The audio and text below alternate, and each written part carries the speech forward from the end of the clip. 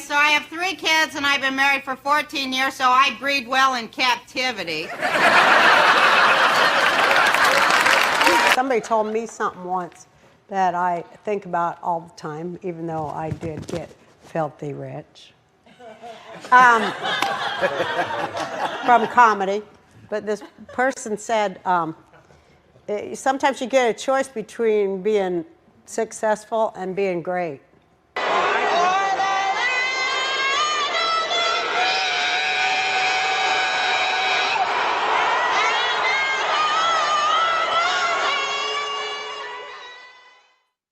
Okay, enough of that. Let's just get her in. Leon, you did it. Do you want to introduce her? Did you? Absolutely. So, Michael, we're very honoured to have a very special guest, a much-loved celebrity that's much-loved worldwide, has millions of fans, and she really needs no introduction. So she's an award-winning actress, comedian, a best-selling author. She's won 4 Emmy Awards and countless other accolades, and she was actually a presidential candidate in 2012. And she's obviously best known for a hit show, Roseanne, and playing the lead character, Roseanne Connor, where a lot of people, especially a lot of Australians, can relate to. To that long list, I just want to add that she's also a human rights activist. So she's not just most celebrities just virtue signal. She actually has spent many decades talking about real issues that matter. So very honoured and would like to welcome Rosanne Barr. Hi. That's amazing. Thank you. I'm going to put you up at the top here. Thank you so much for joining us today. We're very honoured. Well, I'm honoured to be asked to be here. Thank you. We've been interviewing people like. I'd like to say I want to give all my Australian fans a big kiss down under. Yeah, do it. You have so many here. I mean, we've been interviewing people for a while, but say my father is in his 80s, he doesn't know any of them. And then he said, "Who are you interviewing next?" I said, "Rosanne Barr." He's going, "You're kidding me." So is she still alive? That's what he said. No, he didn't. He didn't. There's I've been researching you all night, and I know it's really interesting on Google. It's literally like your life before being cancelled doesn't exist. It's really hard to find stuff. They've just basically gone from there. They've erased me. They think they have. They think they have. And I'm just wondering, you wrote this comment, or you said this comment, laughter is a way for the individual to make the world right again. And you came back with your hit show and you had 28 million people tuning in. Do you think that those people in power saw you as just too dangerous? They don't want the world to be made right again by Roseanne? Yeah, for sure. Plus, they hated my audience. They hate me and they hate them, and that's obvious. But I mean, they called them deplorable and everything else, and called for their extermination. One of the members of the Bruce Springsteen, who I used to love, his band, called for the extermination of people who vote for working class rights, which is voting for Trump. And I think that just says it all. And Roseanne, can I ask you, you spent decades speaking about human rights issues, and whereas a lot of celebrities, I mean, they virtue signals. There's an obvious difference between virtue signaling and talking about issues that matter, but you're actually, I believe you're risking your own life. So by challenging the powers that be. So my question to you is, why do it? I don't feel I'm risking my own life. I feel like I'm risking my soul not to. So that's my choice. So I have no choice really. The other thing you said was, and we said in the start, we got a choice to be famous or to be great. Before you started this, and I've been watching your first stand-ups on Johnny Carson, was there ever a point where you realized, wow, I've come from Utah, surrounded by Mormons, a Jewish girl, car accident, all these things that should have just basically taken you out. Did you ever reach a moment where you thought, I have an extraordinary life ahead of me if I grasp it? Yeah, I always had that yearning. And then when I got famous, to go back to that quote, you get a choice between being famous and great, but when they come together, you're infamous. And so when I became very famous, I was excited because I knew that was my first step toward being great. And I do feel that my work, not so much me, I think I'm pretty cool, but I feel that my work has been great.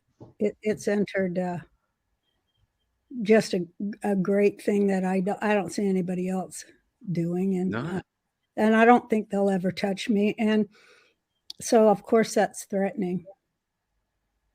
There's without a doubt, you're a comic genius. I mean, without. You know what I said? I told you every time somebody called me a genius, every single time somebody called me a genius, right after that, I'd get screwed up the butt with no grease. So I'm very, I'm wary of being called a genius. But you know, when it's somebody who's very smart and aware, like yourself, I thank you. Oh, I grew up working class. I mean, I for a period of my time I was growing up in caravans, you know, and stuff like this. So when you came out, you were like nothing we'd seen on TV, especially from America. We hadn't seen this, you know, we'd seen them do parodies of working class people with things where they made us out to be dumb, but we'd never seen reality. We'd never seen houses that were messy like our houses were messy, you know, and we'd never seen people who weren't perfect. And that's what Roseanne was. Roseanne was not perfect. You said it yourself. She lies, she schemes, but at the same time, you know, she's got this heart. It was revolutionary. Yeah, it was. I used to watch television as a girl and wonder why I didn't see anybody like my family. And from a real young age, I was like, man, if I ever get on that TV, I'm going to do a real show about a real mom, not a you know, the menu for television moms was pretty limited. And I wanted to break that open, and I did. You did. And that gives you great power, though, because you get this great fan base who relates to you, that you're not just making them laugh. You're actually like becoming a folk hero, which is reality, what you are.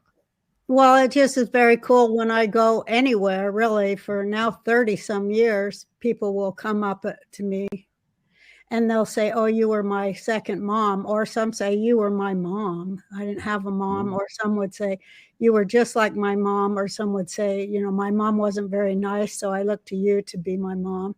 And, you know, you can imagine I take that really deeply. And you know, I feel a responsibility to that, you know. I don't just think, oh, boy, am I great. That flatters my ego. I take that to a soul level, and I feel like I have a responsibility to be true to that. And also because I can't do nothing else. The other thing, too, is as an artist, some artists reach a point of success and then just rest on their laurels. That's it. I'm just going to do this. It's working. I'm going to do it. But you push. And I saw it in an interview where you said you were meeting, I think, the mayor of Jerusalem or something.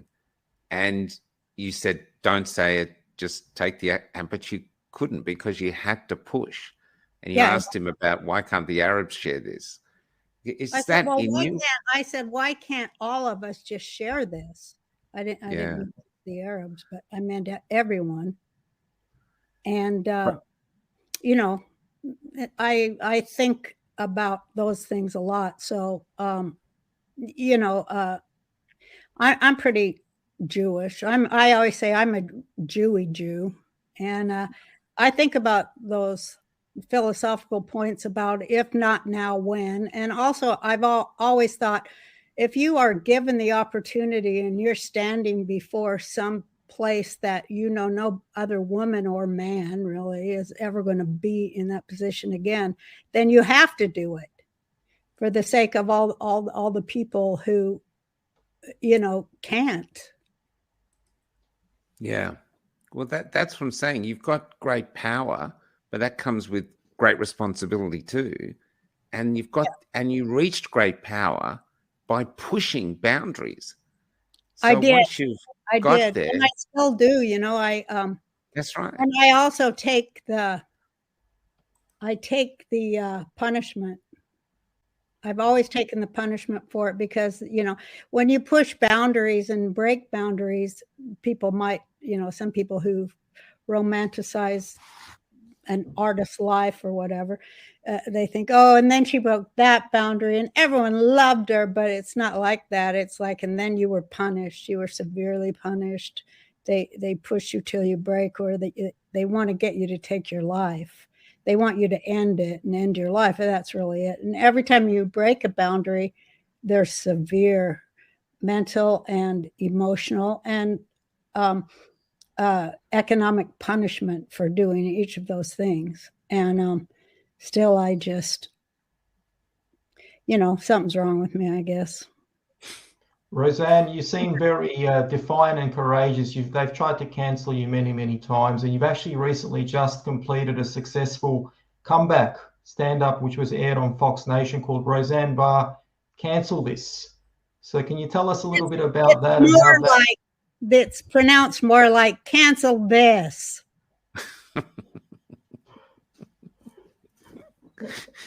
And that's in the context of you obviously responding. That's your response to cancel culture, the dominant cancel culture of the day.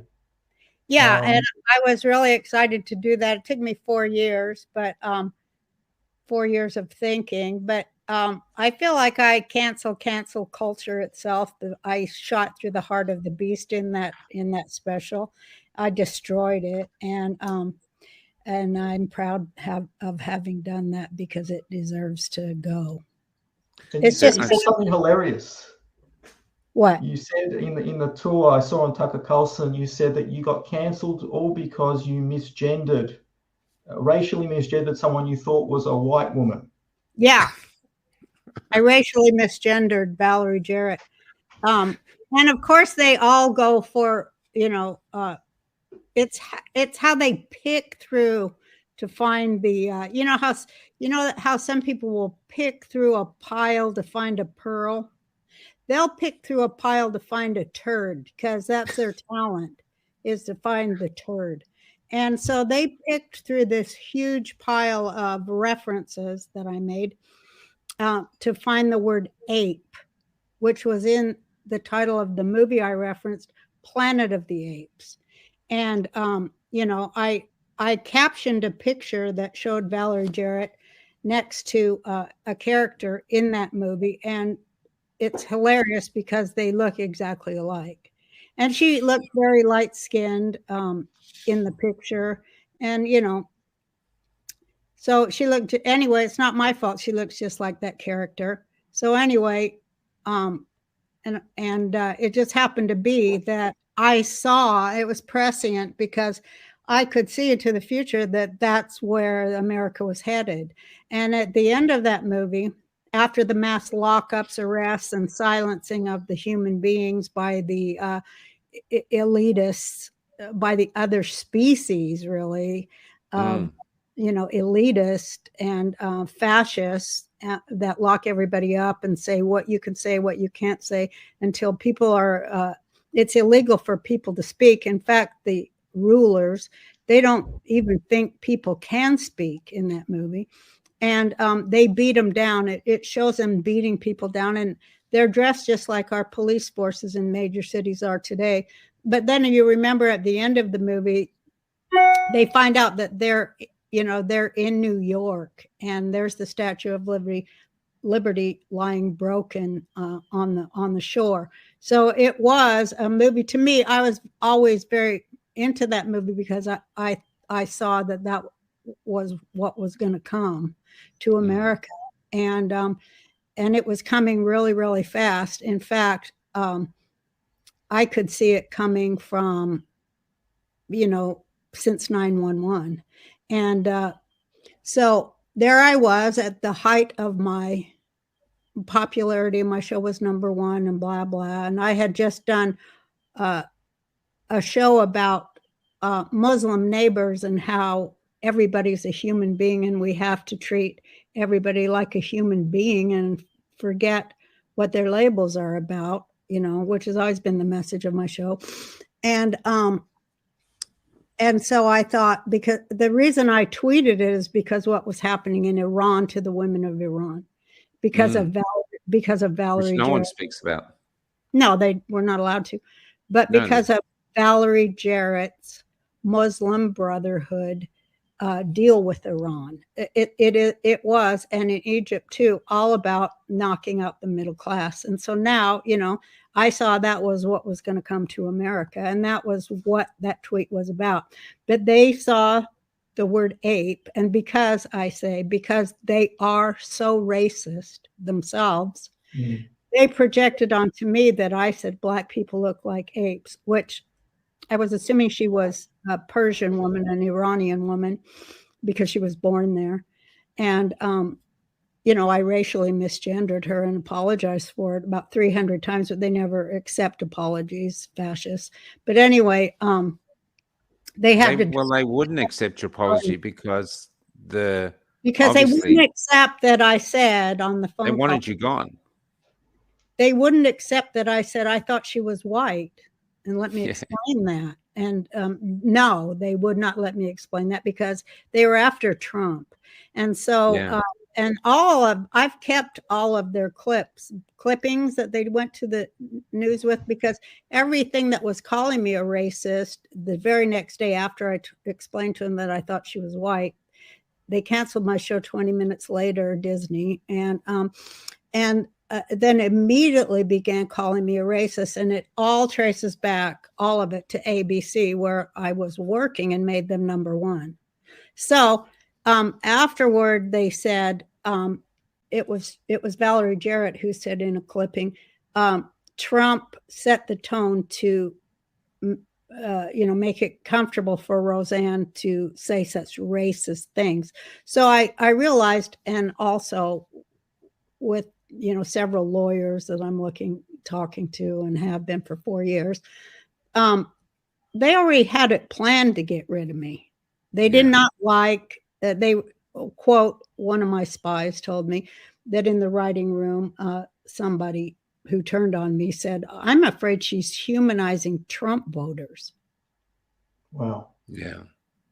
So it was another get Trump, and it was just before the 2018 midterms, and which is why I went back, because I thought it's time for the American people to hear their own voices reflected back at them on the television, instead of being told they're idiots and don't know how to vote, and are clinging stupidly to their guns and their Bibles and all that other crap they throw out there, all that propaganda, to destroy the working class people of every race, color, and nationality across the world, as well as the middle class too, because they're a strange bunch of commies. They're kind of like anti-commie commies, because communists, how they always want to redistribute the wealth, but they always talk about they want to go take it away from the top and send it to the bottom. But these curious communists, they want to redistribute the wealth from the bottom to the top. Isn't that strange?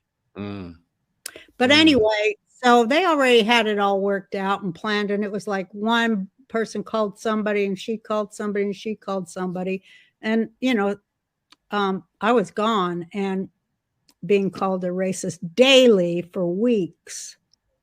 Yeah, it was brutal. Calling my tweet, which said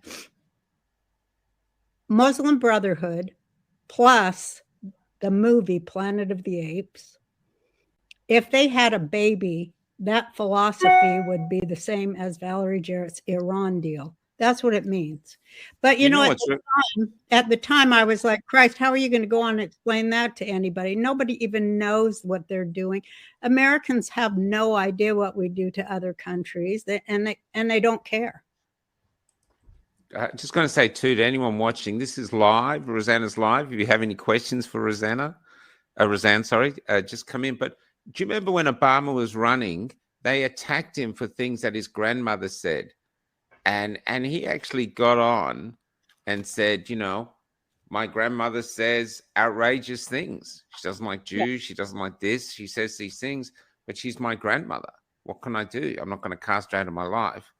And yet, and then it comes round full circle to you, and this is a way to get rid of you. So it's all bullshit, But just before we get there, I have to admit, they wanted to steal a very successful 30-plus year franchise too. So that's right. That's right. But you've been contacted, or not contacted, mentioned by 3 presidents. President Bush. Uh-huh. That's extraordinary. President Bush, Obama really is even from the sidelines, and then President Trump. And the Clintons too. But here's what's here. You want to hear a really humdinger one? I sang with Tony Bennett at the Hollywood Bowl for 4 United States presidents. After that, I butchered the Star Spangled Banner. Can you believe that? I still can't believe that I did that, and it was amazing. Why did you do that? Because there was stuff behind it. You said you were trying to celebrate, or you wanted to talk about freedom and not the symbols of freedom. Yeah, I mean, I started too high as the shortcut of I'm not a singer, and I can sing it pretty good, but I didn't understand key very well. And the night before, I had been on Johnny Carson's show, and I told him I was going to do it, and he said, well, be very careful of the key. Don't start too high, because Bob Goulet, this guy who did it real badly too, he said, Robert Goulet, he started too high, and that just was the worst thing that ever happened. So don't start too high, whatever you do. I go, thank you, Mr. Carson. So, of course, I go out there. They don't give me any pitch or any note, and, so I start way too high. And about 5 notes into it, I'm like, oh, Christ, I'm never going to make that note. So I'm like, I'll just try to, make it funny. But now when I watch it, even though it's the worst singing in the world, it's actually still good, because that land of the free, I'm actually on the note, even though I had to break my throat to get there. But I was on the note, so I don't feel so bad. But had I started about an octave lower, I think people would have been surprised at how well I actually can sing. I have a number of children's songs out on YouTube called Rockin' with Roseanne, where I sing children's songs, and I actually sing pretty good, so people should check that out if they want to. Going back to Johnny Carson, when you were backstage and realized you were going on first to the Johnny Carson show, that must have been quite a moment from where you'd actually started your life. Yeah. And to get there, I mean, that's, what was it like? How did you handle the nerves of actually, okay. Oh my God. I always say now, I wish they would have had, your adult diapers back in the day. I would have had a much more relaxed performance, but they did not have adult diapers then. And unfortunately, I had to do what I had to do. And I knew I was going to go to the bathroom as soon as I went a step on stage, because I've always had that problem since I was a little girl. And why am I even going into this? But yeah, I was very scared and nervous, and so blah, blah. But thank God I had practiced enough. It had been 6 years of stand-up at that point, and I knew I had gone in front of every kind of audience you could go in front of, sometimes getting booed off. And I actually had performed in a mosh pit at a punk rock club. So I'd been in jazz clubs. I'd been, in jails. I'd been, I went everywhere to make sure my stuff worked before I came out to Hollywood. So I knew I was going to do well because I So you knew, you had the confidence that you were. I was confident in my material. I was not confident at all in my bladder nor my nerves. But just, and I do want to get to the modern world and the globalists because, this is what we talk, but I'm just really interested in the journey it takes because so many people don't achieve what they feel they could achieve. And literally you had everything against you. And yet you're in America, and the America we grew up with, which said if you work hard and dream big, you don't know where you can reach. And you're proof of that. Yes, I am. That's why I love this country and why I, go the extra mile, even though it puts me in precarious positions at times, because I don't want to lose it. I don't want it to disappear. I like to do things for the right reason. And I believe that if you do the right thing for the right reason at the right time, the whole world will respond. One way or another. I've always acted that way. I've always acted with that philosophy in mind. And I have never shied from that. And I've always seen the result, and it's always been good. It's never been bad. I mean, but as a stand-up comedian, surely you're built or designed to live in precarious situations. That's where we want our greatest stand-up comedians to really bring up truths that we don't want to hear about and see and actually make sense of the ridiculous situations, as you said, because at the moment, the world is ridiculous. We've got men dressed as women on Bud Light, and Bud Light's going down the gurgler. We've got a president. Your president at the moment is, one minute he's a dementia patient looking for soup and wondering where he put his false teeth. The next minute he's getting ready to blow up the world. I mean, we live in an extraordinary world, right. And your job is to be someone who just says it like it is. Do you feel the weight of that power? Yeah. Of that responsibility? Yeah, I do. I have very sleepless nights. And I always put it like it's like God, he'll come in there in my head, he'll go, "Hey, Roseanne, I want you to do something." I'm like, "Can't you get somebody else? Can't you find somebody else for a change?" Every time I do what you are putting in my mind, it don't work out so good for me. Go get somebody that people will listen to and, that they like or something. Why don't you do that? He's like, "No, it's got to be you." I'm like, hell, well, I'll do it. And so I do. Roseanne, there seems to be a double standard. Just going back to the Valerie Jarrett incident. Huh? And by the way, there seems to be a double standard. I hope you can hear me. You apologized many times for that incident. And here we have, on the other hand, we have Whoopi Goldberg, who said something derogatory about the Holocaust and about Jews. And she apologized. With the name, and she is not a Jew. And she culturally appropriated our names and our culture and used it, and then said nasty stuff like that. But here's what I say to that when people ask me that, and why she was given 2 weeks off in Barbados or someplace. Because she's being used, and I can't be used. I mean, I can only be used by, God and my higher conscience, which is connected to him. So I can't be used by stupid asses in suits. I can't let idiots win. And I easily identify an idiot from about 500 yards. I don't know. I've always been that way. I can see them, and I just can't let them win.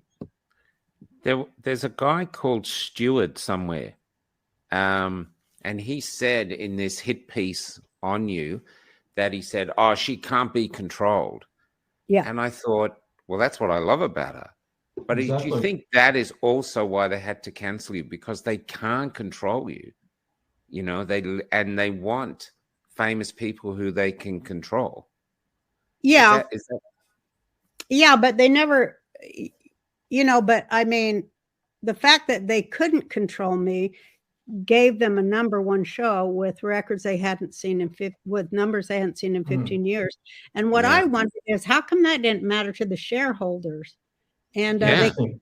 my show before even one sponsor pulled out. And I thought, well, isn't that weird that they would sabotage and, their own shareholders like that, and nobody would complain. But then you see like Bud Light and all these other corporations sabotaging their shareholders too. So I kind of think something else is going on that we don't know about. And I always think it's is it an insurance scam that they destroy their shareholders? Is it so they, I mean, you just follow the money. It's always a money thing. It's always a scam on working people's retirement and benefits. It's nothing more than that. Wherever there's a pile of money, they just go there and steal it. That's all that they do. because they had with the new Roseanne, there was $9 billion worth of advertising revenue. $9 billion. Wow. But their shareholders didn't care, I guess, because they're like, oh, well, we like losing money.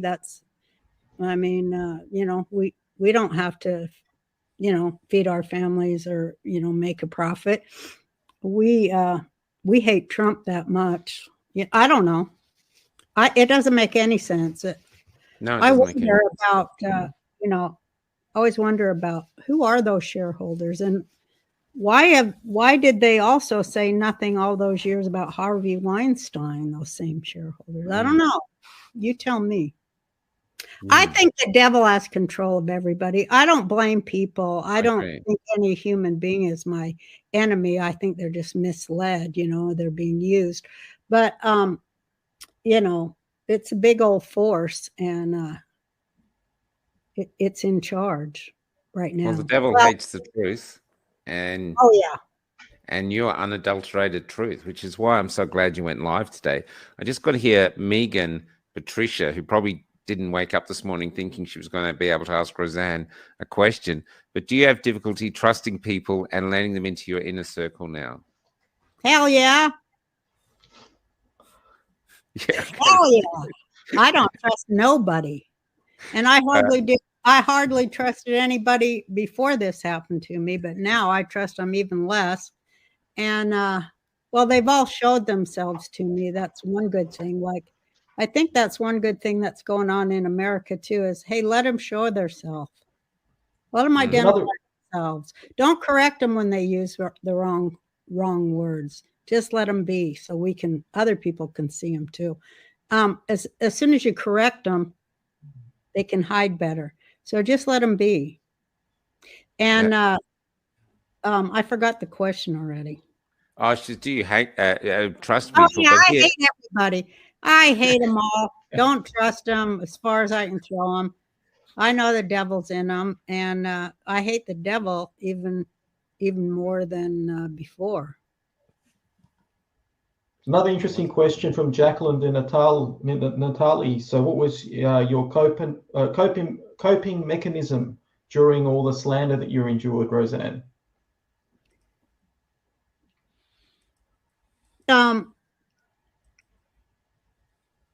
My conversations with God. That's always how I have gotten through everything in my life. I have I'm very lucky that I have a, whatever you call it, connection there. And I don't want to say faith, because that's a overused, meaningless word to me. But I have a connection, a living connection. And I fall into it and it catches me, and it's a real soft, loving pillow, and it nurses me back, and it makes me see good things. It always makes me look at the good things, and because I have that, I see the works of intelligence and beauty and people's inextinguishable spirit to live and do right. It makes me see that, and helps me to know that all of that other stuff is just illusion and it doesn't matter. And, things happen for a reason. And now I look back and I'm like, God took me out of there. I didn't belong there. And, he saved me by taking me out of there, because there was a lot of dark energy there. Now, I don't do well around dark energy. I'm not creative in dark energy spaces, around dark people. I'm not real creative around them because they're no fun. And you got to have fun when you're creating something, when you're thinking of things or writing or drawing or anything that I like to do. It's fun. That's why I do it. I don't do it because it's morose and pisses me off and makes me angry. Who wants any of that? Those are the negative things that make you get really ugly and wrinkled. And I look great, don't I? I'm 70. You do. I There's actually a meme out at the moment that shows your face next to Madonna's face. Oh, I saw and that. You see that one? I love it. Yeah. But can I ask, a lot of people want to be famous, want to be rich to this, and you've come from poverty to wealth, and you actually say that wealth is better. Oh, hell yeah. How do you manage with all that incredible fame, which it's such a rare thing for so many people to experience, to hold on to yourself?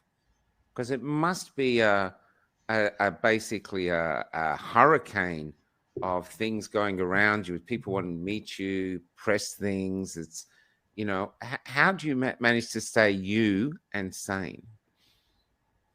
Well, a lot of people would say I'm not sane.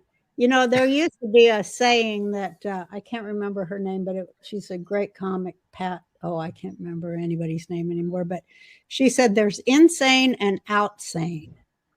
And I like that. But I just hold on to what's, deep inside me. That I guess you could call it, people say that still small voice that's like, in there going, this is the right thing. This is the right thing to do.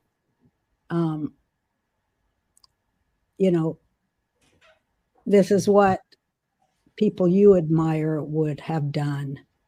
That, I want to be on the right team and with the right people, even if they're. So you followed an inner voice all your life then? You followed an inner voice all your life then? Yeah, which I call it God, but it's a higher. Yeah. It's a higher. It's much higher than me or any person. It's a consciousness of everything. Everything is all one big, beautiful thing. Well, I just got this question here from a woman called Queenie Queen. Now she wants to say she loves you, big fan. You'll never lose her as a fan. But she was a social worker who, on another Facebook page with a false name, put a quote, "Only women give birth." And after 13 or 15 years, something like that, on the job, she was sacked immediately. Wow. Even though it wasn't this. This is where so she was cancelled in her own way, but it was drastic to her life. This is where we're living in now. Do you think we're living in this McCarthy era now, where they're basically? Yeah, you do. It's worse than McCarthyism, though, but it is the very same thing. It's Nazism. Yeah. It's burning books, banning speakers, beating speakers up in the street at universities. Yeah.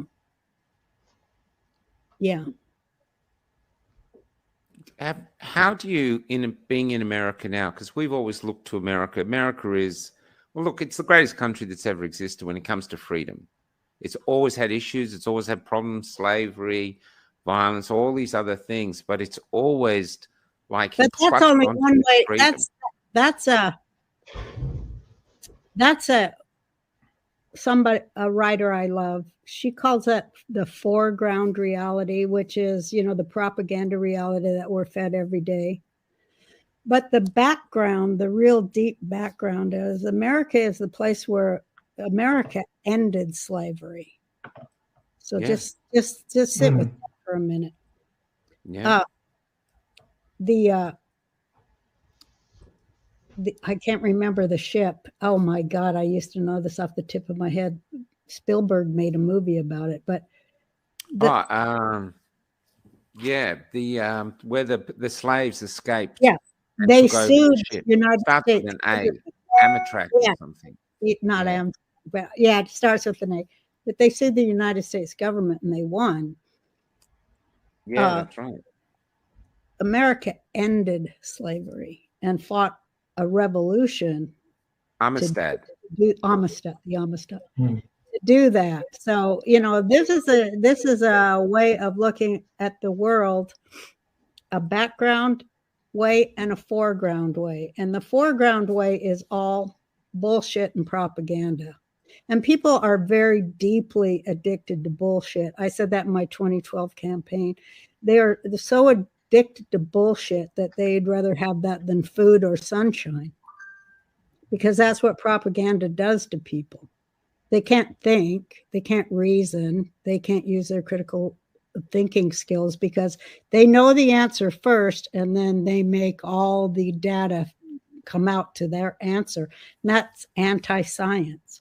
And that's what it is. It's anti-science, anti-intellectualism, anti-freedom, anti-free speech, and all those things together, and plus a voracious need to cause war all over the world. That's Nazism, and it's based on eugenics, and it's based on, the hatred of the working class, and particularly people of color within that working class. That's who,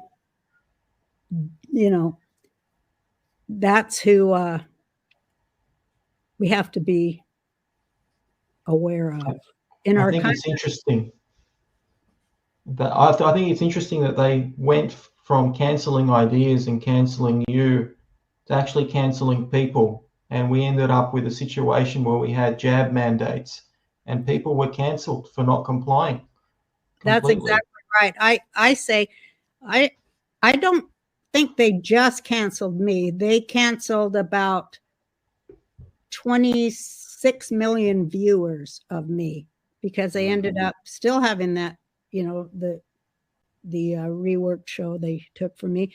They got 2 million viewers. So they canceled 26 million viewers from their network. And a lot of people tell me every day, they write me that they will never go to their amusement parks either because of what they did to me. And that's taken a downturn, and so are their movies. And I'm like, hey, was it worth it? The shareholders, they don't, corporate shareholders, that's a whole interesting thing to be looked at, because I don't even know if they really do exist or if they really are people. Yeah. They might be fake. It might just be fake. How do you think, I mean, you're looking at the world from a different platform than the rest of us. How do you think we can go forward and reestablish freedoms? I mean, get our freedoms back, because in this country we don't have freedoms anymore. We gave them away. They gave them back. They gave us privileges. Australia as a democracy is dead. That's the truth. Is. I know. It's hard. It's upsetting to hear you say it, but it's the truth. I mean, we've had armored vehicles in the streets. I know you have. Shooting us. I got shot by rubber bullets just for defending freedom, the freedom of choice, freedom of speech. And I'm not alone. There's loads of us. And in Melbourne, particularly, it seems to be a testing ground, New Zealand. How do we move forward from your perspective? What do you think is what we have to do as a people to get back to a world where liberty is the foundation? Well, when you say get back to, I don't know that we ever had it really. Not really. Another writer that I love, she said, well, there is no liberty without truth. So Powerful. did we in fact ever have liberty? But I'm telling you this, it is a real estate problem for people who are listening. It's a real estate problem.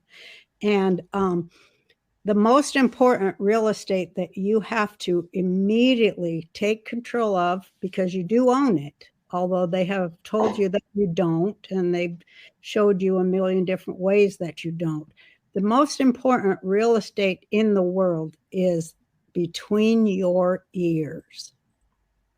Now, you need to reclaim that real estate, sweep it up, clean it out, whatever doesn't serve you, whatever doesn't make you happy and make your life work, get rid of it as fast as you can. Don't sweep it under the rug, because then it stays right in your house.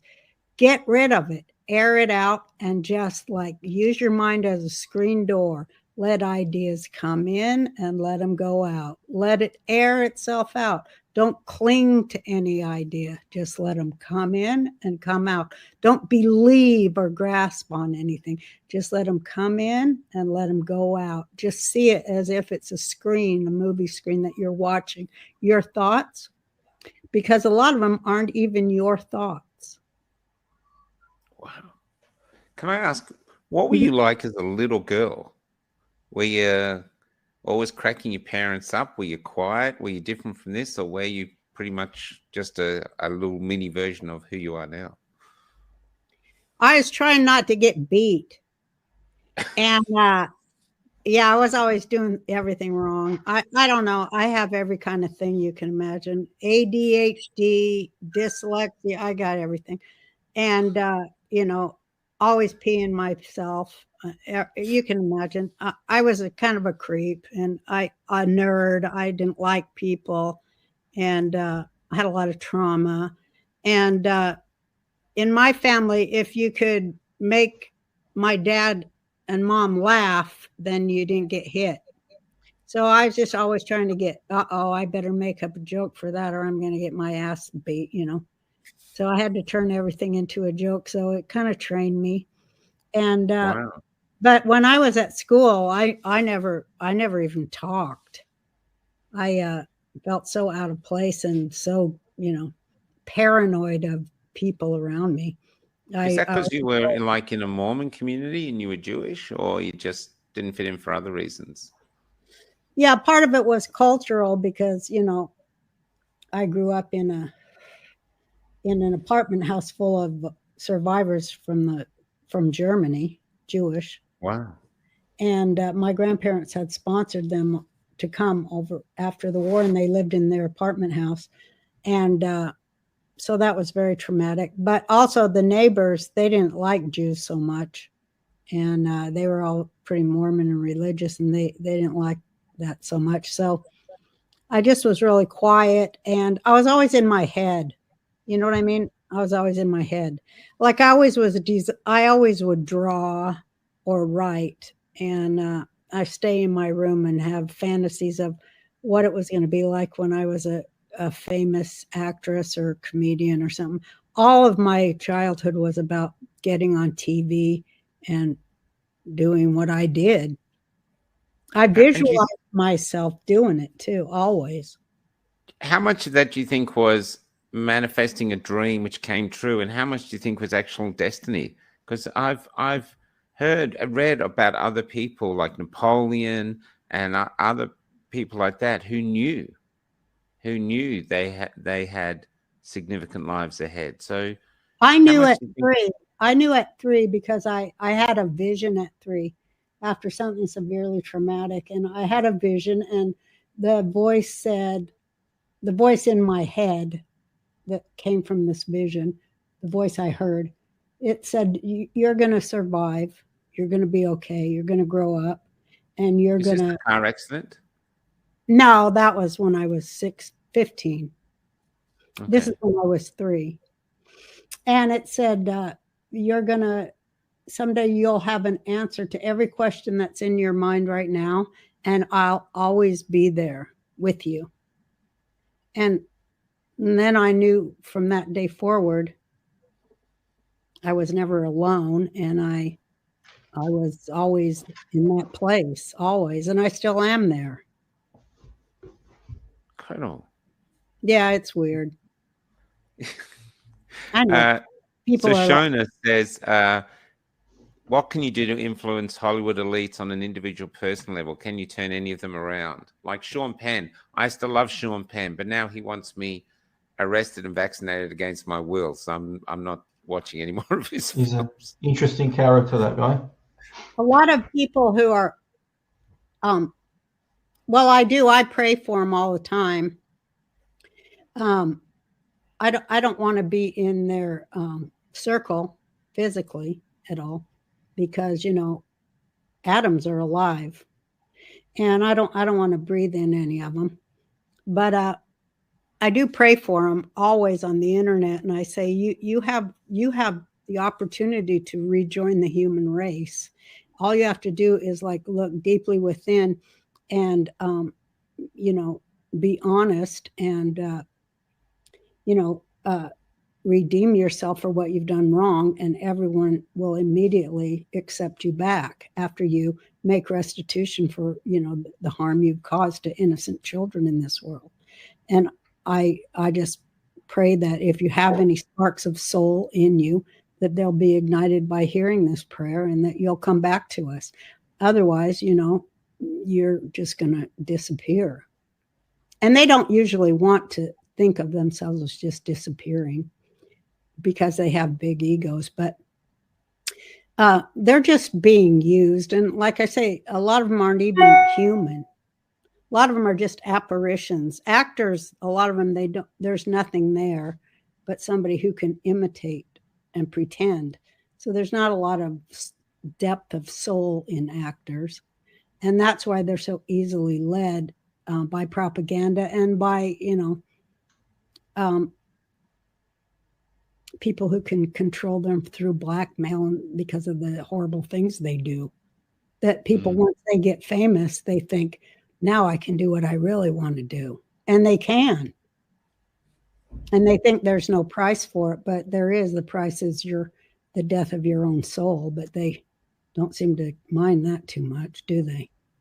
Roseanne, this is really interesting. I wanted to ask you this because obviously you're privy to a lot of information the average person isn't privy to. And you spoke about the Hollywood celebrities, turning them around. You spoke about dark energy. Is this all have a connection to MK Ultra? I know that you spent many decades speaking about MK Ultra and Monarch programming. So when you say that they're controlled, is there a connection to that? Oh, absolutely. Our whole country, as well as yours, all the Five Eye countries are under deep MK Ultra mind control, which they have been since World War II and beyond that, way back into the midst of the mind control that has been used on people, particularly on women. And speaking of that, sorry, Leon. Go ahead, Leon. I just wanted to ask, this weird stuff happening in Hollywood, like Nicki Minaj, for example, and Beyonce Knowles. They claim that they have alter egos. Then you had that weird incident with El Roca, went viral, an NBC report on the Today Show where he just froze for 17 seconds. Now, when Nicki Minaj and Beyonce Knowles claim that they have alter egos, are they just fooling around, or is there something? Are they playing a practical joke on people, or is there something more to it? No, it's called dissociation, and that's what MK Ultra causes. It makes you say one thing and do another. It splits your consciousness because you're being fed a diet of intellectual lies by the hour, over and over and over, 24 hours a day. And so, it splits your intelligence, and it splits your soul, and it splits your emotions, and it splits everything in you. And that's called dissociation. So when they say alter ego, they mean another part that they step into or step away from. I have experience with dissociation, so I know what it is. And all of America is under it. It's just staggering. And they are weaponizing people who have it too, because people who have body dysmorphia, transgender people, they are also dissociative, although they deny it. But I had transgender issues as a child. And so I know what I'm talking about. But they're weaponizing mental illness to use those people. They're using those people, as cannon fodder. And just like they're using all the working class youth as cannon fodder to go out in the street and, fight. And they think they're protected. But, like I always say, they're going to bring back the draft, and that's who's going to go to the Ukraine. And I think that was why I sent my tweet, was to try to wake those young people up as to how they were being used and targeted, and particularly those with broken families. I just going back to one thing. You said you were growing up in one of your stand-up routines. You said how you used to live in a caravan or a trailer park, and then you were on Roseanne, and you were back again living in a caravan. Yeah, like when you act in a movie, that's all you do is like just sit in a trailer all day long, which is what my life was like when I was poor. So I don't enjoy that. No, but I'm saying, do you ever get a moment where that moment hits you? I know you use it in comedy, but the moment profoundly hits you on how far you can travel in one short lifespan?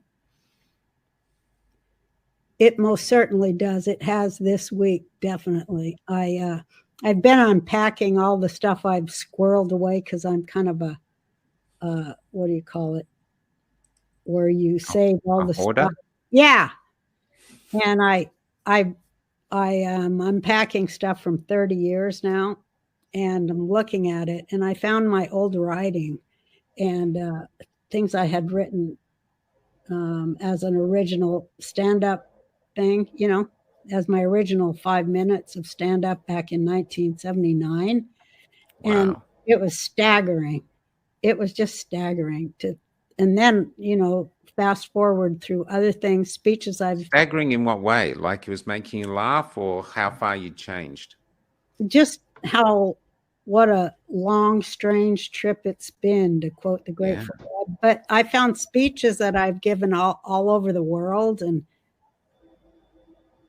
it's just staggering that I did all that.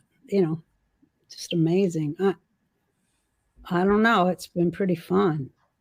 Yeah, it's been incredible. But right here, right now, you've done all of that, and now you're a champion for freedom, able to use all your reputation, your integrity. And do you think this is like maybe what they've done by canceling you? They've actually recreated you as this freedom fighter, because that must have been an extraordinarily difficult situation to go through. I mean, a lot of us have been canceled over here, but when they killed my character. Yeah. Because I felt like they were sending a message to me that I should kill myself. Yeah. And because the people who were doing it were people that I thought loved me. So it was really deep and horrible. It's the worst thing ever. And my sister died a year ago, my baby sister. And it was like that. It was like losing a family. And it was just, on the heels of feeling that I had made such a great contribution to, or, that I had created this show where it was about love and acceptance, and, and that's what they did. They didn't. My boyfriend says, well, you brought people together, and that was the worst thing you could have possibly done, because that destroys fundraising. The other thing was, it was like it was like visiting another family. It became, that's how close, how lovely the show was. You felt you almost were part of the family, especially working class, because you related so well. You know what I mean? I think that's when people talk about you. I had to just let it all go. And it's taken, 4 years to let it go, to do this new stand-up, to just go like, you guys, man, you better wake up as fast as you can, because you don't want to wake up in the middle of a real nightmare. You want to wake up before it gets that way, when you can do something about it. Well, down here, we say we're in totalitarian kindergarten. We're heading into primary school, but we don't seem to be able to stop it. The whole upper echelon, the doctors, the churches are all closed. The politicians are still selling this shit. Now they're wanting to knock, it just seems crazy. But down on the ground level, the people still seem sane. We have these gatherings of like-minded people and have these great conversations, becoming like brothers and sisters. It's a really beautiful thing. Over here, we really feel it's a spiritual battle going on. Absolutely. Is that what it's like in the States? It's a spiritual battle, definitely. And the truth of it is that side has already lost. We just haven't been completely notified of their loss as yet, but I feel it. So I should tell everybody they've lost, and they're, they're skidding to a stop, and the skid's going to go on for a little bit, but not much longer. And they destroyed themselves. We didn't have to really do anything. We gave them everything they wanted, and they destroyed themselves. That's how lucky we are, because like something that's so evil and horrible, it has to feed on good. And after it's eaten all the good and there's nothing left to eat, it still needs to feed. So what does it do? It begins to eat its own tail. It has to eat itself. It has to feed. And so it feeds on itself and does us all a favor. And when it's gone, we'll come back out and we'll be better than we ever were. So like I say, take back this real estate and develop the eyes to see that, because it's plain as day. It's plain as day. And Roseanne, speaking of that, the mind, you being real estate, and speaking about the globalists and the elitists, you've been quite vocal about Yuval Noah Harari. I watched the Mel K show, and you were quite passionate about his speaking about him.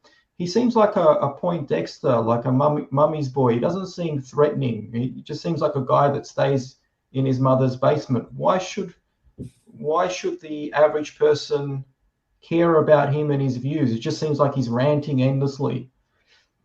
And why are you so passionate about denouncing? He actually says a lot of really deep and thought-provoking things. And I look at him like I look at people who are on the same road as him. And it's like they have some good, deep things to say, but they're not connected. And he doesn't know how to go and plug into source. So it's cool that he did all those, he thought a lot of those things out for us, the ones of us who will remain, and then sees the means of production in every single level. So we'll be able to access some of his thoughts. Of course, we'll turn them around and use them for good and for the betterment of the plight of children all over this world, which is not what he intends. But we can pluck pearls out of anywhere. When we hear a good idea and it's perverted or corrupt at the end, we can still take something from it. So you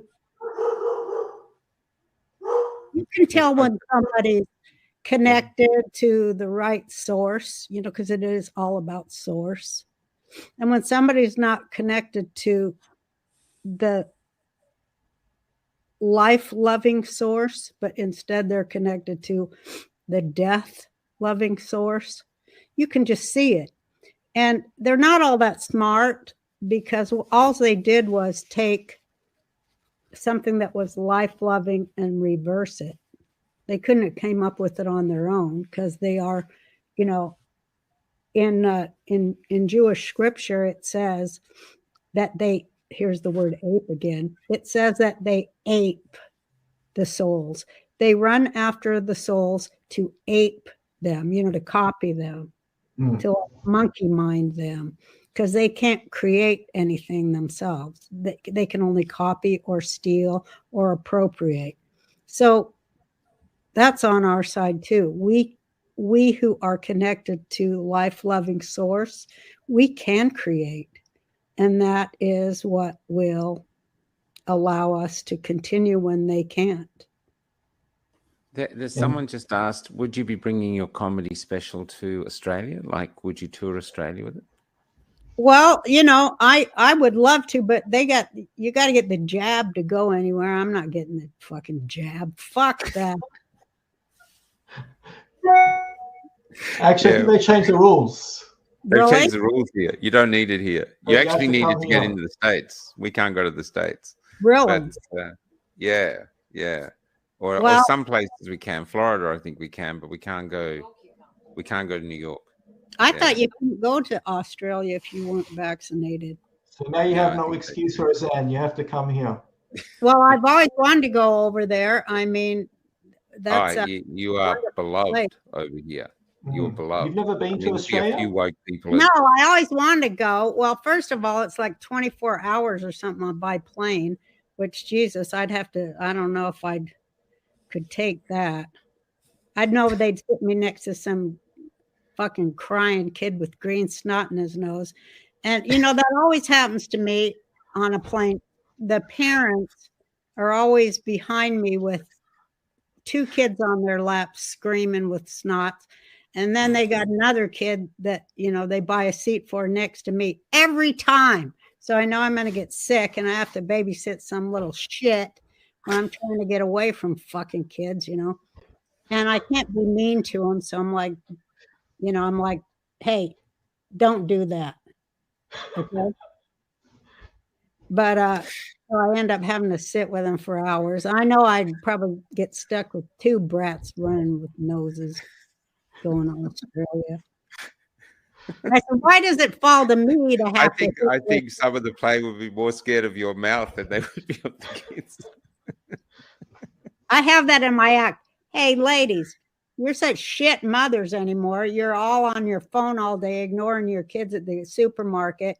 Why is it falling to me to have to be the one to go over and smack your kids for you? Do you know what's really interesting? Over here, when Roseanne was out, people could speak freely. You'd go to jobs, you'd work in whatever jobs you got, staff room. Our language was the language of you. We had an Aussie accent, but our humor, that's why we connected so well. It's why you were so beloved, you know. Now, though, hate it's working class silence. people. They hate our guts. They want to get rid of. They do. They're like, hey, we're giving you 15 jabs and 10 boosters right in your fucking eyeball because we love you. Yeah, and then what I'm saying though, now it's silence. But this is how stupid they are. They want to get rid of the people who do all their fucking work for them. That's how stupid they are. Yeah. It's like not like they're going to clean their own fucking house or raise their own goddamn brats. You know what I mean? It's not like they're going to do any fucking work. But well, over here now we have nurses cleaning houses because the nurses who worked through the pandemic, and we're doing interviewing more today. We interview them all the time, and they don't want to take the jab, even though they worked through the pandemic. So they got sacked as being basically gross misconduct. And now they clean houses, they pick fruit. Where instead of doing what they should be doing, which is caring for us, is their calling, you know. And Australia is now silent. over in Hawaii and here too, you know, in LA and stuff all over the place. I noticed a lot of people are cleaning houses because, by God, they're making $40 an hour. That's a damn good job. These women are going to making $40 an hour cleaning somebody's house, and I mean, that's good money. It really is. I don't know what they get paid here, Not but what I'm anymore. saying is Australia now is so politically correct that most people's default is silence. They're not sure who they're going to offend, so they stay silent. So the era we grew up in with you, where people would feel free to we call it taking the piss out of everything, using humor exactly like what you said to make the world right again. We're not doing that at any moment, and our world seems insane. Don't you got any comics down there?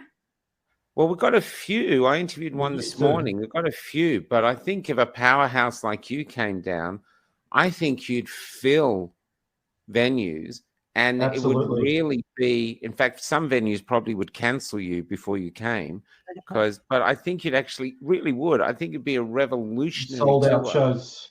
I think it'd be sold out, and it'd actually be a revolution of actually attacking the woke culture over here and liberating people.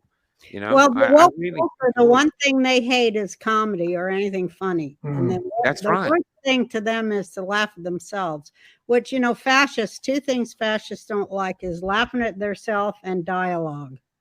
Yeah. So, you mentioned. And also it is that comedy is a free speech art form. And also, as my boyfriend says, and I think he's quoting someone, I don't want to be wrong, but he says everything is put together with words, and words can take it all apart. Yeah. And that's why you got to get control of this, so that when you hear words that ain't words, you got to learn to not hear them. You have to learn to hear actual words. Because they tell you right what they're doing with their reverse, their perverse reverse. Like when there's a lot of words like fidelity and trust in the title, that means you're getting fucked. You just got to learn the right words. You know what I mean? The opposite. They do it. It's always the opposite. When the owners of the world speak, like George Carlin said, it's a big club, and you and me, we ain't in it. And the people who are allowed to speak are in it, and you ain't. So when they're talking about us and this and that, they mean when you're dead. Yeah, that's right. We will, take your house and everything you got, and you'll be happy about it because you'll be with God. You'll be deader than a goddamn doornail, and you'll be happy for that. That's what they mean. Yeah, I know. It's quite obvious what's happening, and I think a lot of the people above us believe they're a part of the elite. So, because there's a police officer over here who told me he was trying to get policemen to stand up against what was happening, and they actually said to him, in the new Australia, there's going to be oppressors and the oppressed. Better to be an oppressor. And so obviously this cop believes he's a part of the elite, which he's not. He's not. He's just going to be a tool for them to use, and they'll crush him as long as they'll crush anyone else, Yeah, people who buy in, man. I mean, that's the bullshit they are addicted to.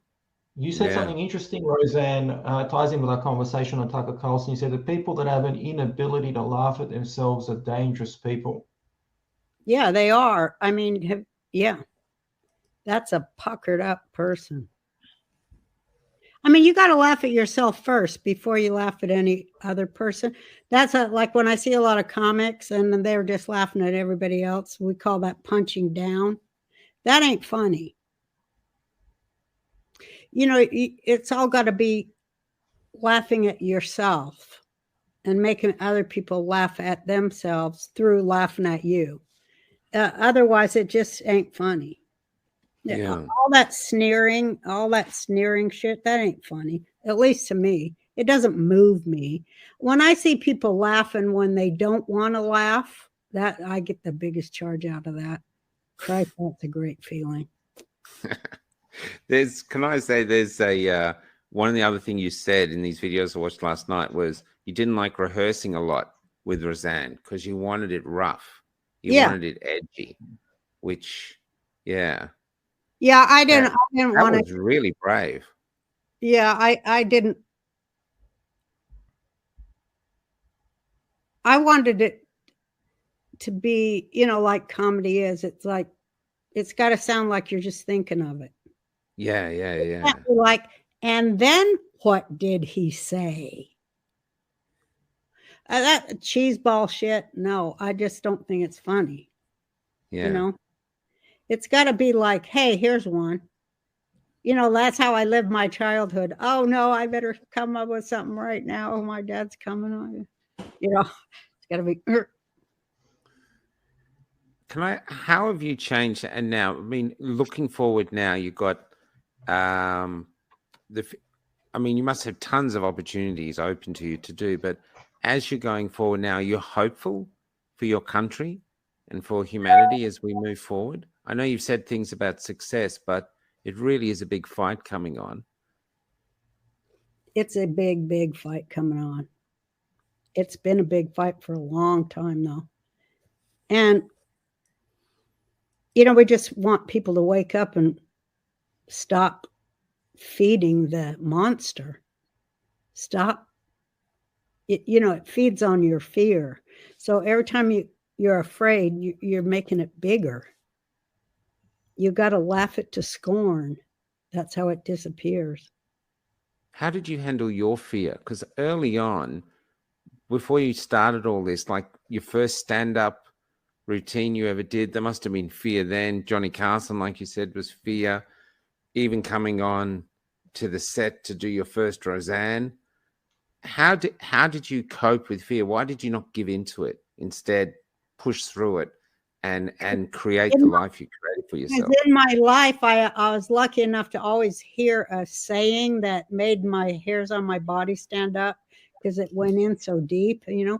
And one thing I heard that helped me a lot was I heard somebody say, feel the fear,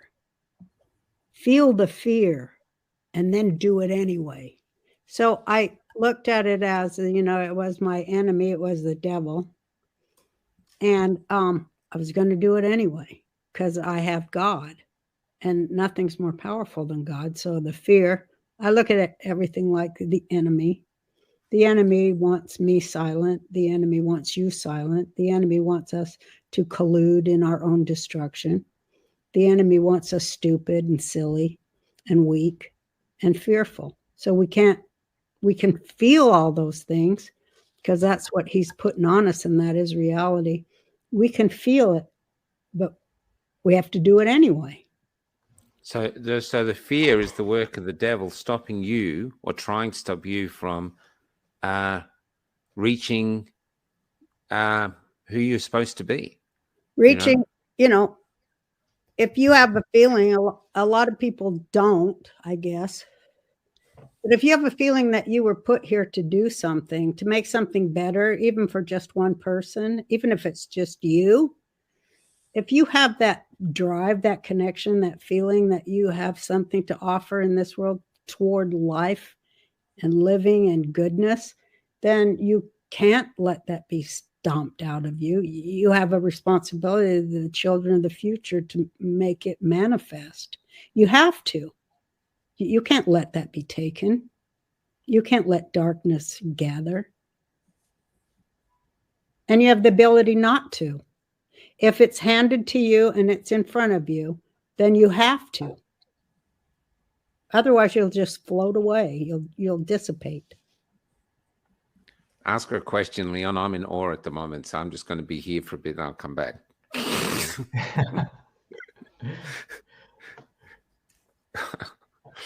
Just out of interest, Roseanne, as I said before, you're privy to a lot of information the average person isn't privy to. Did you see this whole vaccine agenda coming many years in advance? Is it something that you predicted would eventuate? Well, I saw it coming with the AIDS thing. I saw they were doing it then. I saw they were, you know, but this government, I mean, like I say in my stand-up, remember this government gave smallpox infected blankets to the native people. This government experimented on people in jail in Tuskegee on black citizens. It sterilized women in the South, black women in the South. Look what this government has done. It went into Iraq. It poisoned our own soldiers in Vietnam with Agent Orange. Look what they've done. Look what they do. It's the evil people in our government that we keep on, we never hold them to account. And now part of why we're going through all this is because we never cared enough to stop them. We never did. And now it came home. And that's what happens. Came back to bite us. Yeah. All our apathy and indifference. And fear, because we were just, a bunch of fucking pussies. What the hell's wrong with us? We have nothing to fear. I mean, the worst they can do to us is kill us. So what? Somebody else will show up. Wow. I'm out of questions. I'm just in awe at the moment. It's and the reason I'm in awe is I really couldn't sleep last night thinking I'm going to meet this person who's been in my life, like, my dad knows her name. What is she actually like as a person? And is she completely different from the Roseanne we see on this? And then spending time researching you and actually really, that's why I don't say the word genius lightly. It's just very rarely I call people out for that. I really don't. And just seeing what you've managed to achieve by following your inner voice, not stopping, believing in yourself, basically, like you say, overriding your fears. And then we meet you here today and you're so humble and lovely. It's joyous. I'm so glad you went live. People hear it. Old bag. What's that? In real life, I'm a bitter old bag, but I do enjoy myself. I really do. I like it when I get a good shot in on behalf of little kids, especially. Oh my God, that makes me happy. Oh, someone here is just getting upset that I didn't ask you a question, so I'll just go back and find it while they're doing that, and then they're still upset. They're still pissed off. What I can't see it.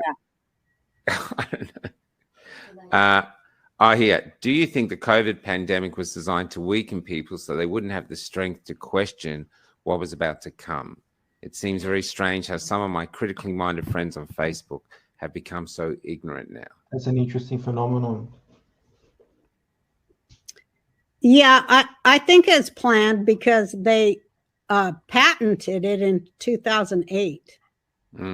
They patented the shot. So yeah, they did pre-plan it. They had it all rolled out. I think it was to steal the election in 2020. That's why I think they did it. So they could get votes by mail and dump truckloads of fake ballots everywhere. So they could interfere with the free elections for the American people, so that the American people, their votes would be nullified, particularly the votes of Black Americans, because the people who own our country and the world, they don't like Black people at all, even though they pretend like they do, but they don't. And they really don't like them when they're working class and when they're young, because, they really don't like that. They like to lock them up when they're young, and then they can do prison labor for corporations in jail at 14 cents an hour. In privatized prisons that a lot of judges own, stock in. The whole industry. Yeah. The prison, military, pharma, industrial complex. But yeah, they planned it all. They're not stupid. They have it all planned out. Look at UN Agenda 2030. They have it all planned out for depopulating the people who do all the work. I don't know what the hell they're going to do. I say in the end, it's going to be people who can grow a tomato are going to become the new billionaires. So you're suggesting that President Biden isn't the most popular president in the history of America? Well, I don't think that is President Biden. Did you see that thing the other day where he's with the mask? Yeah. The mask. Yeah, they show that guy they say is the actor that's wearing the mask. And some say it was James Woods for a while. But I think we're just watching a movie. I think we're just watching a Feels show. like it. Yeah. And because we're under such heavy mind control, we couldn't take the truth. And if we saw the truth, we go fleeing for our lives and go insane. So I think out of kindness, the people who are making the world right and getting rid of the satanic element, they're showing us a movie to slowly bring us out, like they do to prisoners of war and people who have been kidnapped by cults, and they slowly bring you out with facts, and they're just showing us a movie to do that. But I know what's on the other side of it, and I do see it as something really, really great is about to happen this year. Well, the other and that last includes y'all down under. the other last question I have is, I believe people are very powerful if they want to be, and you're proof of that. You're proof of how powerful one person can be. Absolutely. Why do you think so many people feel powerless, and what can they do from your journey, the lessons you've learned from your journey, to actually release their power or unleash it and help change the world for a better place, to create a better place? Well, you feel helpless because that's the reality you're being fed by your owners. They're scared shitless of you, though, because there's billions of you and only about 2,500 of them. So of course they're scared. Of course they're scared, and they're losing control, and they're trying to step up all their control things. But like I say, it's failing, and they don't have a lot to feed on besides their own selves. And that's what's happening. They're destroying themselves, and we don't really have to do anything but witness for the sake of history. But what you can do is, I'm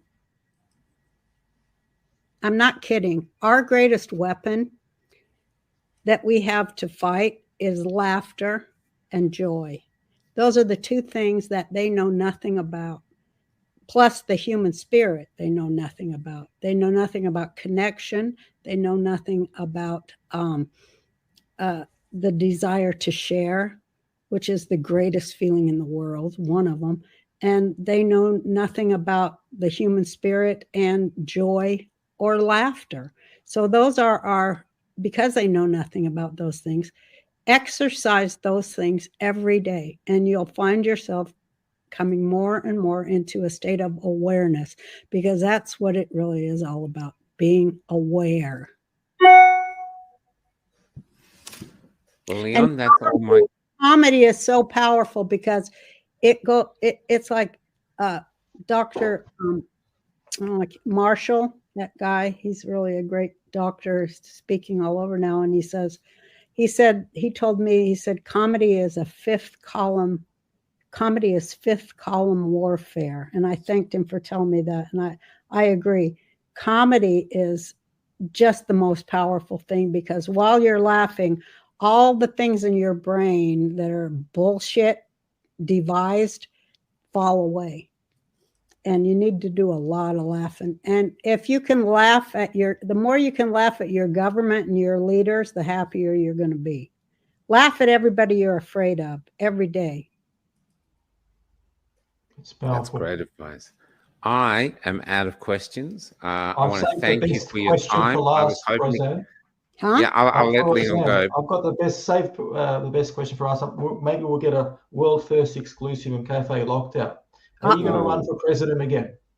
It came in my head today. I'm always like, well, I declared myself president for life in 2012 when I ran against Obama, and the people's president.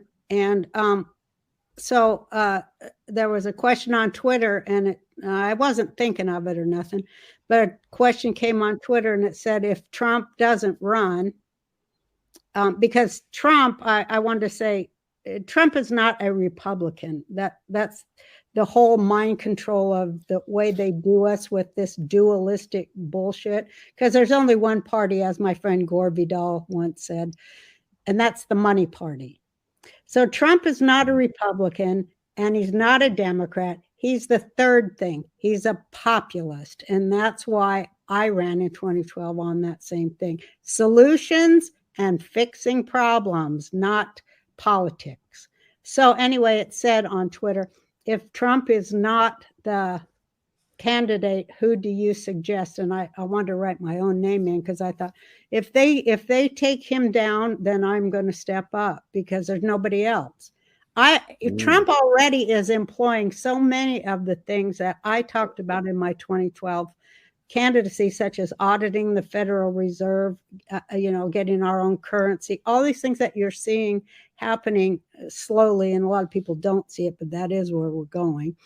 And the outlawing of obsolete war and coming into another kind of way of solving problems in the world, and the end of slavery and trafficking and all those kind of things is what I ran on, and nobody else is talking like that. So if they do, but I don't think they can take him down, but if they do destroy the leader of the working classes, then of course I have to step up and run. I don't know if any of these people are smart enough to elect me. They failed the first time, but I got to make myself available and leave it to God because somebody's got to do it. So I might as well if there's nobody else. I want to point out as well, you hosted a variety show in the late 90s. You actually interviewed President Trump, and that was a really fascinating interview, and I encourage our viewers to look that up and watch it. I had an interview with him and Michael Moore, and we discussed which is better, socialism or capitalism. And I have to say Trump won hands down that debate. He was a genius in that debate. And I said, you ought to run for president. And that was 1998.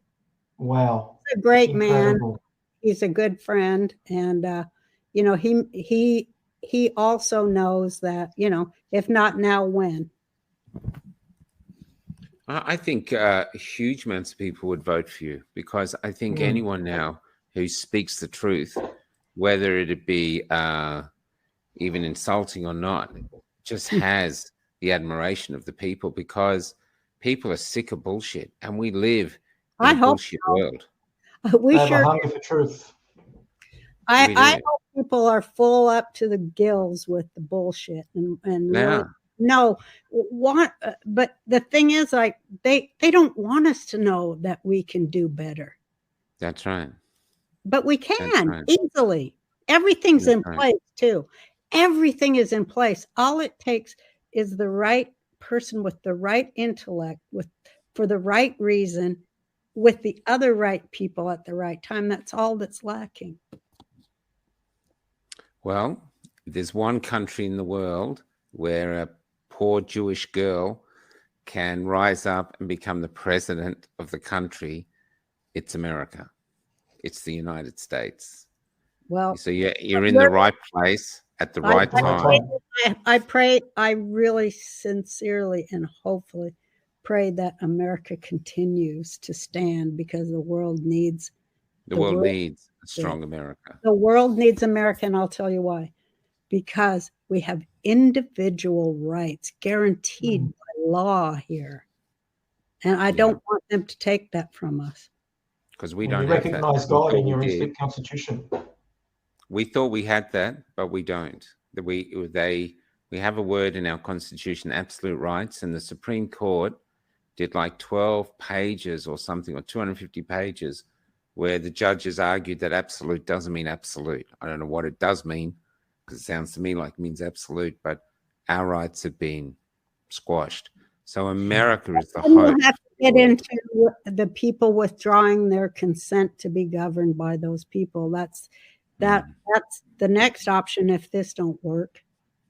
And they're doing it in France. Yeah, they are. It's a revolution there. They're standing up. Yeah.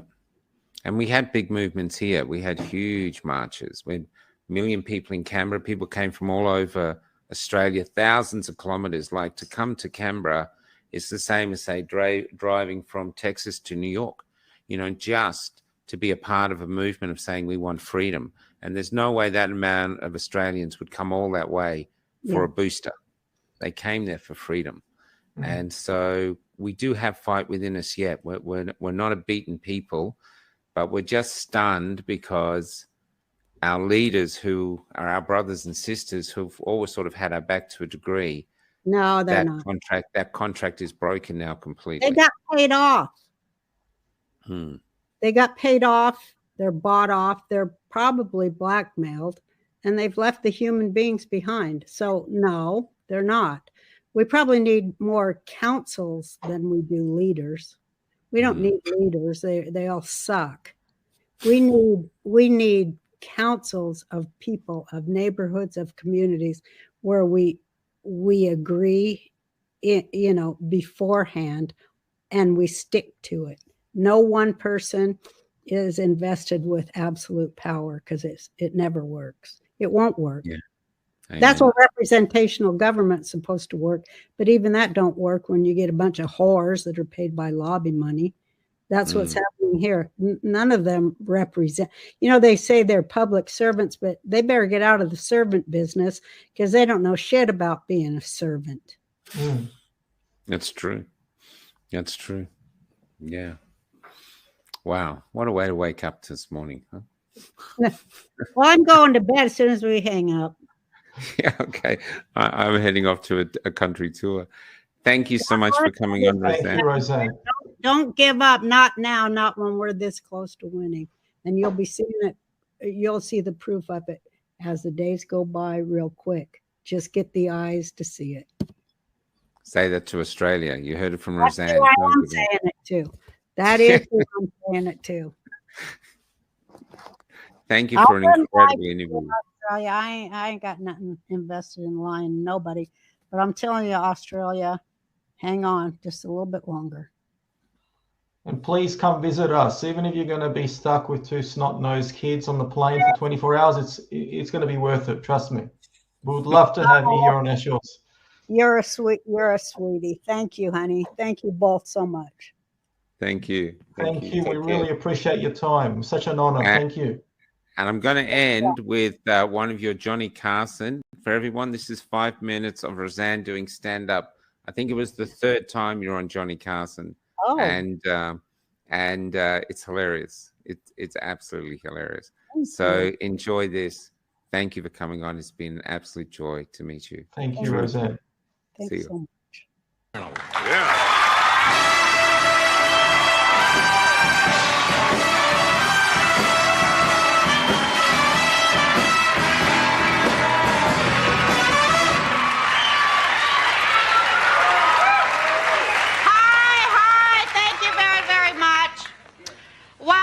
Before Johnny Carson discovered me, made me the huge international megastar that I am now. I used to live in a trailer, okay? And it was really awful, so I worked really hard to get out of there and everything, you know. So now I make TV and movies. What do I do all day? I sit in a trailer.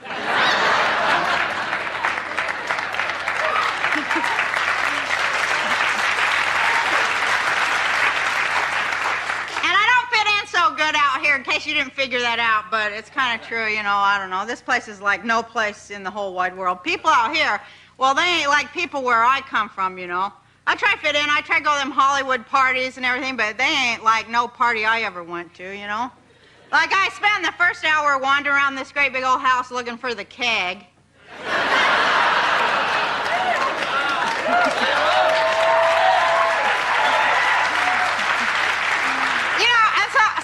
To the host or hostess, whatever, you know, and I go, hey, man, where's the keg, man? They go, well, there is no keg, Roseanne. Whoa, you're out of beer already? Whoa, well, gee. I'll make the run, you buy, I'll fly.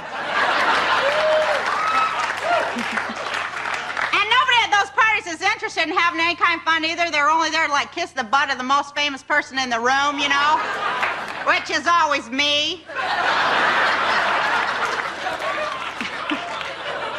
you know how you are when everybody's giving you all all kinds of attention. You're like, please leave me alone, please, you know. And so then somebody more famous comes in, they all desert me, you know, somebody like Chuck Woolery or something, you know. Then I'm all lonely. Come back. Remember me. Remember me. Remember me. I'm famous. Remember I sang the national anthem and everybody got really, really mad.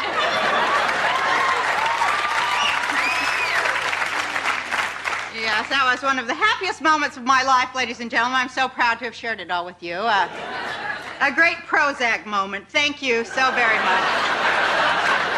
You know it's bad when the President of the United States comes out and says your act sucks. You know that.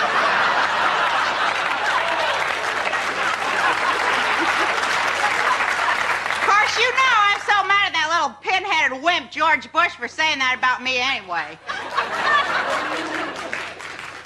But I do like his wife. I do like Miss Bush. She way outclassed her husband, don't you think? Yeah, I like her. Because she's just like a regular down-home gal, Mrs. Bush. You know, you could just see her sitting there on her front porch with her nylons rolled up under her knee, you know. Or in that rocking chair waiting for the meatloaf to be done, you know. Fanning herself between the legs, you know. You can just see her doing that. Just like them old ladies do. But anyway, so here's what happened to me and how I became a comic, you know, and everything like that. Like I was having this one regular day, because I used to be a housewife, although I preferred domestic goddess, you know. So I'm sitting there in the house this one day, and I'm doing this regular housewife stuff like, you know, dusting the pot roast, cooking the curtains, you know, scouring out that tub with a non-abrasive cleaner, the whole deal. All of a sudden, I just have like this major reality alert, you know what I mean? Like, I go, oh my God, I says. I love being a wife, I love being a mom, but I need something more. Like perhaps a life. So I wait for my husband to come home. He comes home 5:15 like he's done every single day since the birth of the universe, you know. I says, hi, honey, you pencil neck geek. I said, you ever look in the mirror and notice you have a weak and characterless chin, huh? Did you, huh? So he gives me that typically intuitive male response. Gosh, it seems like you're not happy, Roseanne. Yeah, I'm 2 days past happy. And then he goes on with that husband stuff, you know how they do. Well, maybe it's that time of the month, Roseanne. Yeah, it's that time of the month. Yeah, right. You better stand back, honey, because it's a full moon and you're looking at high tide.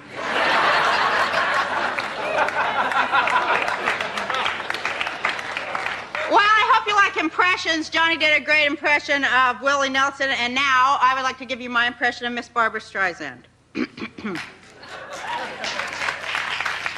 I think she is very talented and seems like a nice person. Well,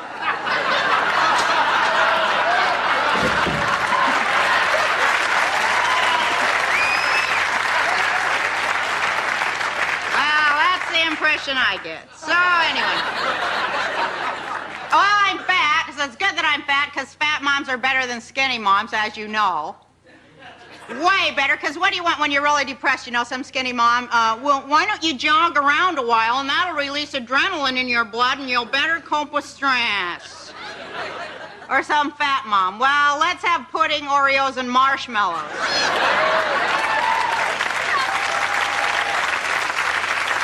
When you wake up from that sugar coma, it'll be a brand new week. But me and my husband, we're on a diet now. We're on the mirror diet. Have you heard of this? It really, really works, okay? You eat all your food in front of a mirror in the nude. It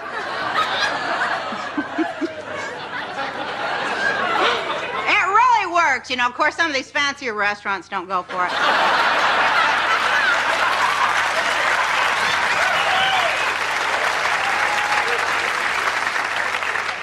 Anyway, so I'm remarried, but it's amazing how much just like my first husband, my second husband is. I think, you know, they're all the same guy sometimes. I don't know. Like all husbands, all guys, they think that the woman knows where everything is, don't they? They think you know where everything is. Where's my keys? Where's my wallet? Where's my underwear? Where did I leave my shirt? Where's, you know, everything in the world? You know, they think the uterus is a tracking device.